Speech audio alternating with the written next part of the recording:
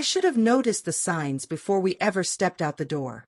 She'd been getting ready for what felt like hours. That wasn't out of the ordinary, but this time something was different, calculated, almost rehearsed. Every detail of her appearance was intentional. The makeup was bolder, her heels higher than I remembered, and the dress, that deep green one she once said she bought, just in case, fit like it had been waiting for this moment. She wore it like it had a purpose.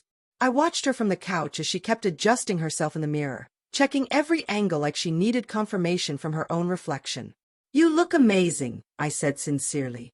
"Thanks," she murmured without looking up, still focused on her earrings. No smile. No warmth. Just a chill wrapped in satin. She'd been working at the firm for over a year, and tonight was their 15th anniversary, a lavish rooftop celebration downtown, all sparkle and status. It was the kind of event filled with clients, executives, and champagne that flowed like water. I was simply her +1. In the elevator on our way to the parking garage, I reached for her hand. She didn't pull away, but the contact was barely there, like her body remembered the motion but her mind had already left. I could have asked her what was going on, but maybe deep down, I didn't want the truth. Maybe I didn't want to ruin the evening before it even began. When we arrived, I immediately felt like an outsider. The air buzzed with familiarity and inside jokes, like everyone else had memorized a script I'd never seen. The elevator doors opened to a room encased in glass, with the city skyline shining around us. Soft jazz played overhead, waiters floated by with trays of champagne, and name tags glittered beneath expensive smiles. Before I could even take it all in, she was swept into the crowd, all hugs, handshakes, and enthusiastic greetings. "Clara, you're here. Come meet the partners, Clara." She lit up under the lights, let go of my hand, and never once looked back. Not a single introduction. Not a mention that I even existed. I followed her at first, trailing behind like a forgotten coat. She glided through groups of people, smiling effortlessly, tossing compliments like confetti. I tried to keep pace, to stay near, but eventually I gave up. At one point, she was talking to her boss, Alan. Silver hair, confident smile, the kind of man who owned every room he walked into. I stood nearby, waiting for her to acknowledge me, to bring me in. But nothing came. Just her laughter. A soft touch on his arm. "Oh, stop, Alan, you're terrible." That was it. I stepped away, headed to the bar, and ordered a whiskey. Neat. Something to burn, something to clear the fog in my chest. From across the room, I watched her. It wasn't just mingling. She had become someone else entirely, a version of herself that had no space for me. It wasn't that she forgot I was there. She had erased me. I found a table in the corner, sat alone, and pretended to scroll through my phone. Pretended not to notice. But I saw it all, the way she moved, how she laughed, how completely she belonged in that room. Like she'd been waiting her whole life for this moment to arrive, and it hadn't included me. Then came the moment that landed hardest. A younger man approached her. Confident. Too close. She gave him that soft laugh, the one I used to earn in the quiet of our bedroom.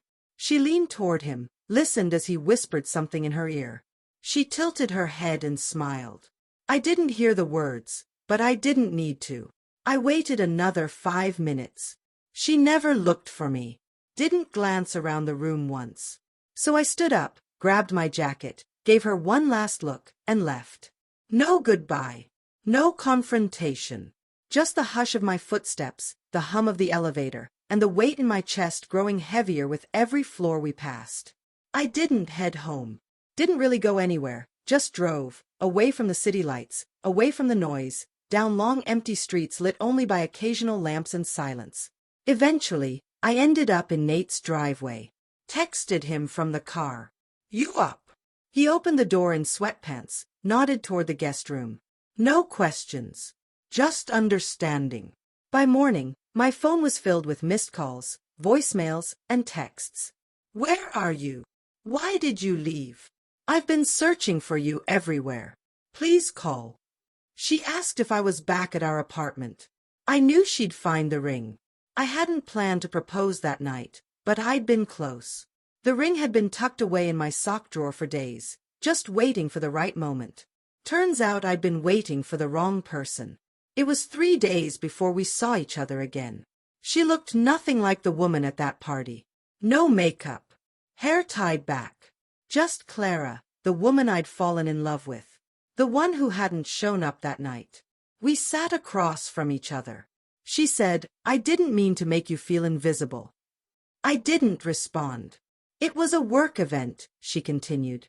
"Alan was there. So were clients. I got overwhelmed.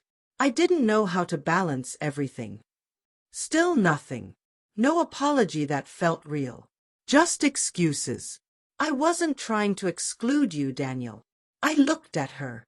"You didn't exclude me," I said. "You erased me." "That's not the same." She started to cry. I didn't. We didn't end it right then.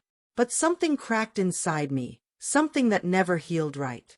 A quiet break that still echoes when things get too silent. She still brings that night up from time to time. Says it wasn't that bad. That I misunderstood. That she was just under pressure. But I remember. I remember the sound of her laugh. The way her hand rested on another man's arm. The way I disappeared in a room full of people. And I remember what it felt like, to stop fighting to be seen and instead choose to walk away. Because sometimes the loudest truth is said without a single word.